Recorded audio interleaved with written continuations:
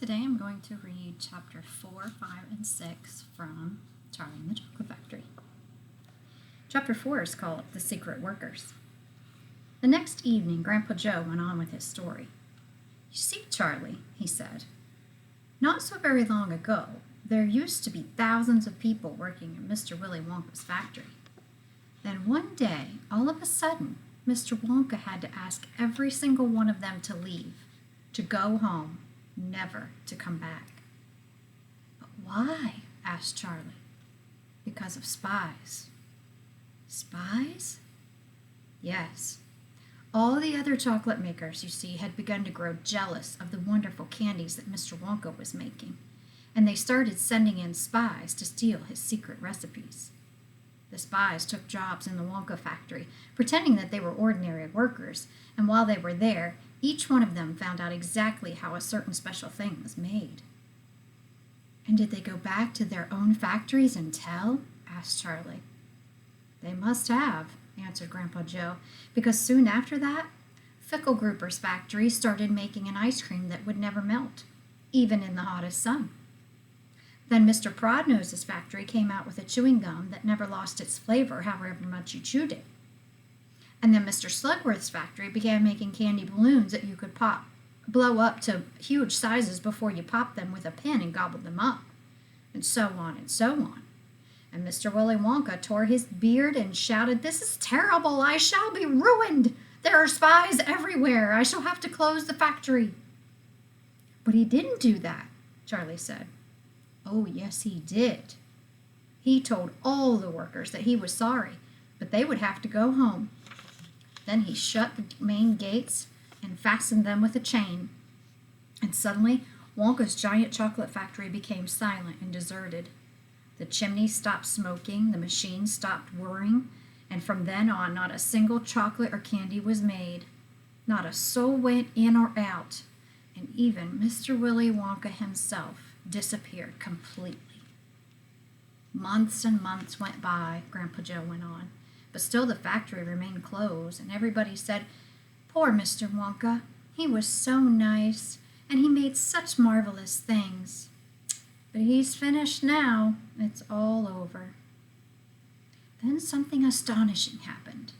One day, early in the morning, thin columns of white smoke were seen to be coming out of the tops of the tall chimneys of the factory. People in the town stopped and stared. 'What's going on?' they cried. 'Someone's lit the furnaces. Mr. Wonka must be opening up again.' They ran to the gates, expecting to see them wide open and Mr. Wonka standing there to welcome his workers back. But no. The great iron gates were still locked and chained as securely as ever, and Mr. Wonka was nowhere to be seen. "But the factory is working," the people shouted. "Listen, you can hear the machines. They're all whirring again, and you can smell the smell of melting chocolate in the air." Grandpa Joe leaned forward and laid a long bony finger on Charlie's knee and said softly, "But most mysterious of all, Charlie, were the shadows in the windows of the factory. The people standing on the street outside could see small dark shadows moving about behind the frosted glass windows." "Shadows of whom?" said Charlie quickly. That's exactly what everybody else wanted to know.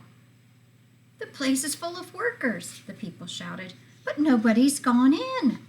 The gates are locked. It's crazy. Nobody ever comes out either." But there was no question at all, said Grandpa Joe, that the factory was running, and it's gone on running ever since, for these last 10 years. What's more, the chocolates and candies it's been turning out have become more fantastic and delicious all the time. And of course now, when Mr. Wonka invents some new and wonderful candy, neither Mr. Fickelgruber, nor Mr. Prodnose, nor Mr. Slugworth, nor anybody else is able to copy it. No spies can go into the factory and find out how it is made." "But Grandpa, who?" cried Charlie. "Who is Mr. Wonka using to do all the work in the factory?" "Nobody knows, Charlie."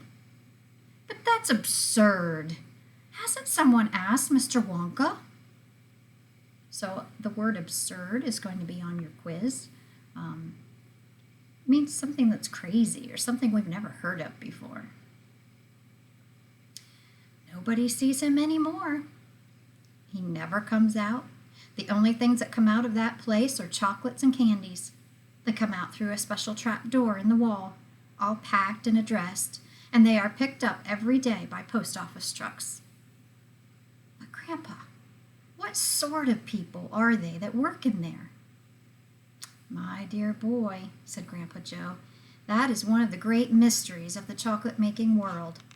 We know only one thing about them. They are very small. The faint shadows that sometimes appear behind the windows, especially late at night when the lights are on, are those of tiny people. People no taller than my knee. There aren't any such people, Charlie said. Just then, Mr. Bucket, Charlie's father, came into the room.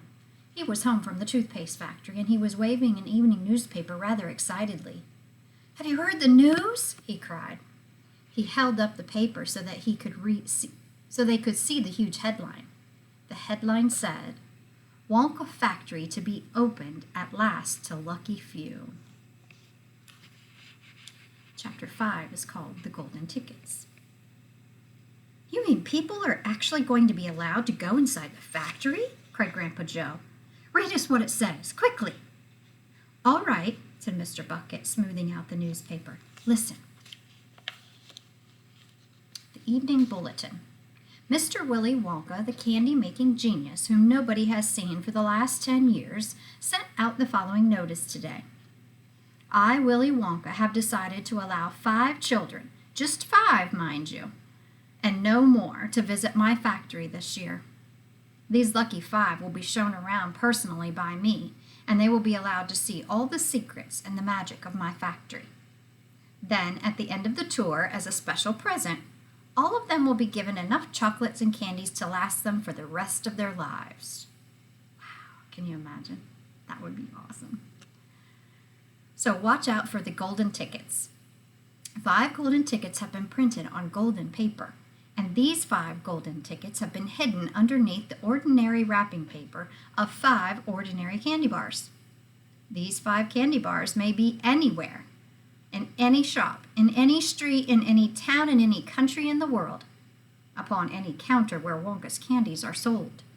And the 5 lucky finders of these 5 golden tickets are the only ones who will be allowed to visit my factory and see what it's like now inside.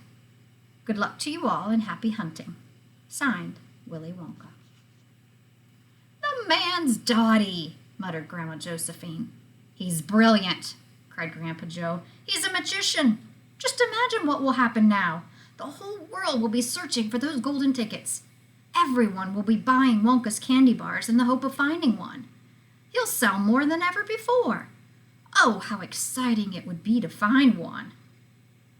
And all the chocolate and candies that you could eat for the rest of your life? Free, said Grandpa George. Just imagine that. They'd have to deliver them in a truck, said Grandma Georgina.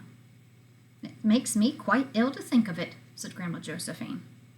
Nonsense, cried Grandpa Joe. Wouldn't it be something, Charlie, to open a bar of candy and see a golden ticket glistening inside? It certainly would, Grandpa, but there isn't a hope, Charlie said sadly. I only get 1 bar a year. You never know, darling, said Grandma Georgina. It's your birthday next week. You have as much chance as anybody else. I'm afraid that simply isn't true, said Grandpa George. The kids who are going to find the golden tickets are the ones who can afford to buy candy bars every day. Our Charlie gets only 1 a year. There isn't a hope. Chapter 6, The First 2 Finders. The very next day, the first golden ticket was found. The finder was a boy called Augustus Gloop, and Mr. Bucket's evening newspaper carried a large picture of him on the front page. The picture showed a 9-year-old boy who was so enormously fat he looked as though he had been blown up with a powerful pump. Great flabby folds of fat bulged out from every part of his body, and his face was like a monstrous ball of dough with 2 small, greedy, curranty eyes peering out upon the world. The town in which Augustus Gloop lived, the newspaper said, had gone wild with excitement over their hero. Flags were flying from all the windows. Children had been given a holiday from school, and a parade was being organized in honor of the famous youth. "I just knew Augustus would find a golden ticket," his mother had told the newspaperman. "He eats so many candy bars a day that it was almost impossible for him not to find one. Eating is his hobby, you know. That's all he's interested in. But still, that's better than being a hooligan and shooting off zip guns and things like that in his spare time, isn't it? And what I always say is he wouldn't go on eating like he does unless he needed nourishment. Would he? It's all vitamins anyway." Candy has vitamins? What a thrill it will be for him to visit Mr. Wonka's marvelous factory. We're just as proud as can be. "What a revolting woman," said Grandma Josephine. "And what a repulsive boy," said Grandma Georgina. "Only 4 golden tickets left," said Grandpa George. "I wonder who will get those." And now the whole country, indeed, the whole world, seemed suddenly to be caught up in a mad candy-buying spree. Everybody searching frantically for those precious remaining tickets. Fully grown women were seen going into sweet shops and buying 10 Wonka candy bars at a time, then tearing off the wrappers on the spot and peering eagerly underneath for a glint of golden paper. Children were taking hammers and smashing their piggy banks and running out to the shops with handfuls of money. In one city, a famous gangster robbed a bank of $5,000 and spent the whole lot on candy bars that same afternoon. And when the police entered his house to arrest him, they found him sitting on the floor amidst mountains of candy, ripping off the wrappers with the blade of a long dagger. In far-off Russia, a woman called Charlotte Roos claimed to have found the second ticket, but it turned out to be a clever fake. In England, the famous scientist, Professor Foulbody, invented a machine that would tell you at once, without opening the wrapper of a candy bar, whether or not there was a golden ticket hidden underneath it. The machine had a mechanical arm that shot out with tremendous force and grabbed hold of anything that had the slightest bit of gold inside it.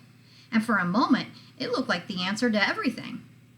But unfortunately, while the professor was showing off the machine to the public at the candy counter of a large department store, the mechanical arm shot out and made a grab for the gold filling in the back tooth of a duchess who was standing nearby. There was an ugly scene, and the machine was smashed by the crowd. Suddenly, on the day before Charlie Bucket's birthday, the newspapers announced that the second golden ticket had been found. The lucky person was a small girl called Veruca Salt, who lived with her rich parents in a great city far away. Once again, Mr. Bucket's evening newspaper carried a big picture of the finder. She was sitting between her beaming father and mother in the living room of their house, waving the golden ticket above her head and grinning from ear to ear. Veruca's father, Mr. Salt, had eagerly explained to the newspaperman exactly how the ticket was found. "You see, fellers," he had said, "as soon as my little girl told me that she simply had to have one of those golden tickets, I went out to the town and started buying up all the Wonka candy bars I could lay my hands on. Thousands of them I must have bought. Hundreds of thousands. Then I had them loaded onto trucks and sent directly to my own factory. I'm in the peanut business, you see, and I've got about 100 women working for me over at my joint, shelling peanuts for roasting and salting. That's what they do all day long. Those women, they sit there shelling peanuts. So I says to them, 'Okay, girls,' I says, 'from now on, you can stop shelling peanuts and start shelling the wrappers off these crazy candy bars instead.' And they did. I had every worker in the place yanking the paper off those bars of chocolate full speed ahead from morning till night. But 3 days went by and we had no luck. Oh, it was terrible. My little Veruca got more and more upset each day, and each time I went home she would scream at me, 'Where's my golden ticket? I want my golden ticket!' And she would lie for hours on the floor, kicking and yelling in the most disturbing way. Well, sir, I just hated to see my little girl feeling unhappy like that, so I vowed I would keep up the search until I'd got her what she wanted. Then suddenly, on the evening of the 4th day, one of my women workers yelled, 'I've got it! A golden ticket!' And I said, 'Give it to me quick!' And she did, and I rushed it home and gave it to my darling Veruca. And now she's all smiles and we have a happy home once again. That's even worse than the fat boy, said Grandma Josephine. She needs a real good spanking, said Grandma Georgina. I don't think the girl's father played it quite fair, Grandpa, do you? Charlie murmured.